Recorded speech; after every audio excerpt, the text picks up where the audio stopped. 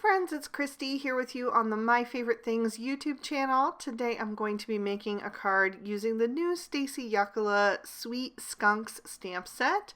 I just love these guys. I think they're super adorable. So I've stamped the images I'll be using on some Spectrum Noir Ultra Smooth Premium White cardstock with Extreme Black Hybrid ink, and I'll be coloring with my Copic markers.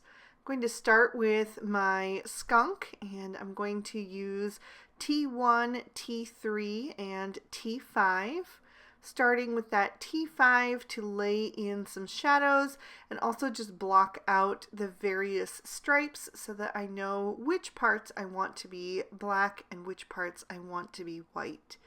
Once I have that laid in, I'm going to begin to blend that out with the T3, and I'm really working over the edge of that T5 so that I can break up that line of pigment and make sure that I get a nice smooth blend.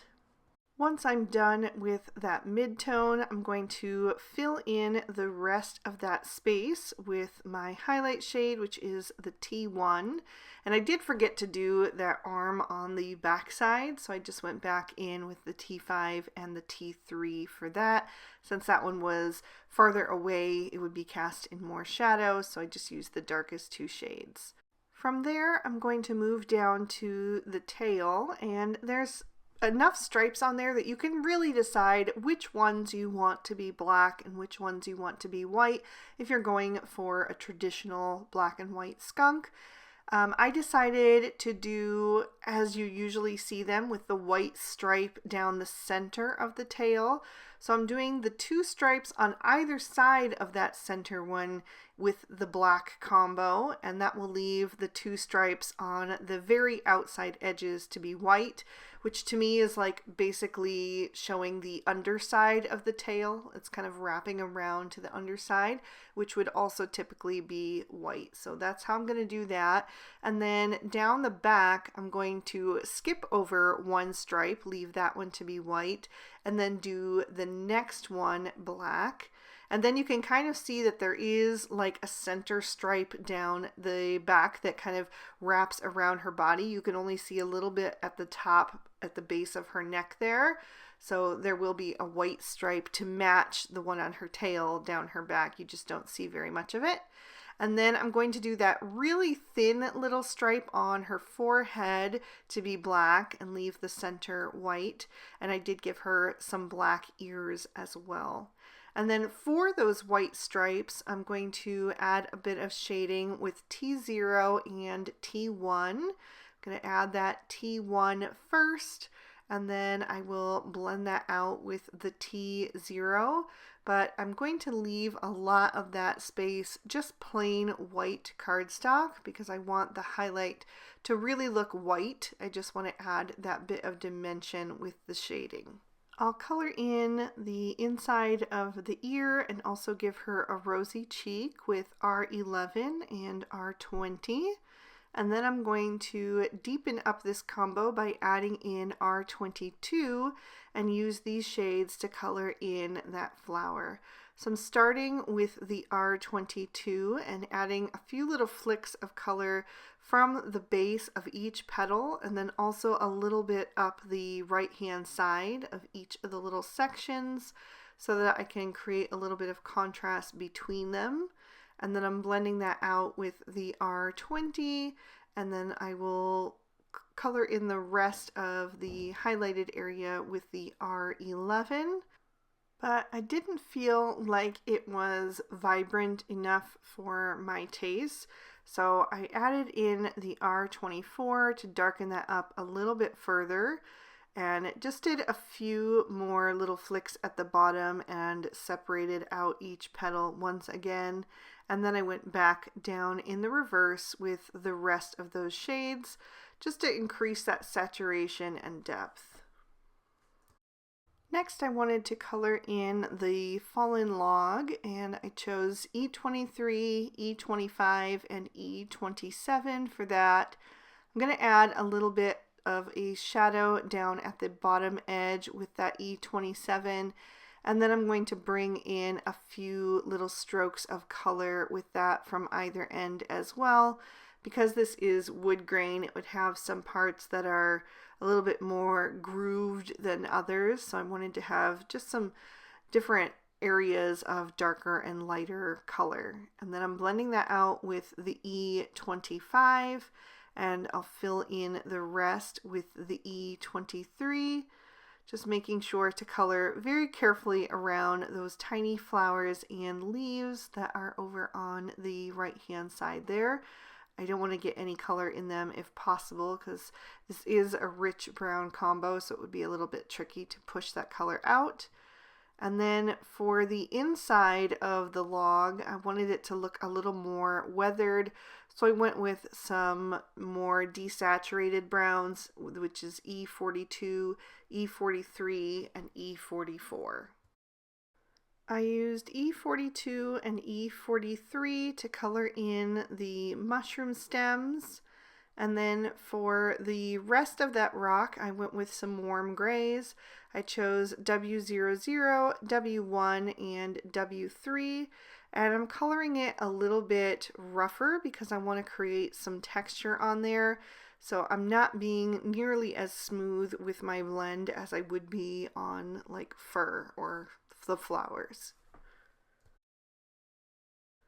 For the flower stem, I chose G40, G43, and G46. I'm using the G46 for most of that stem, just a little space up at the top where it's a little bit wider I left. And then I'm also doing the outer edges of the leaf, and then I'll blend that out with the G43 and save a little bit of room for the G40 so I have a nice highlight on both of those places. And then I'm also going to do my little grasses with this combo, so starting with that G46 and just doing little flicking motions going in an upward direction so that they taper off at the top there, and just following the artist drawn lines. And I'll do the same for the grasses around that large stone. I really love the background images in this set. I just think they're so great for so many different outdoor scenes. Then I'll come in with the G43 and begin to flick in some of that as well, just so we have a little bit of a variation of color, which is going to make it look nice and lush. And I'll do the same on the above image. And then finally I will take that G40 and fill in the little grasses that are coming out of that fallen log, and then add a bit of shading down at the bottom of each of those images. And then I'll fill in all of those tiny leaves and also the base of each flower with that G46. There's really no room for more than one shade, so just a quick little dot of color here and there to fill those in. And then for the petals, I wanted to just do like a white daisy, so I use BG10 to add a little bit of shading to the base of each petal. And just for something a little bit different, I decided to do my mushrooms yellow. I chose Y000, Y11, and Y13, and I'm shading them with the darkest at the bottom right corner and the highlight at the top left. And then I'll take a white Sakura jelly roll pen and just dot in the little spots so that they have a little bit of contrast on them as well. And then I'm going to trim these images out with their matching dies.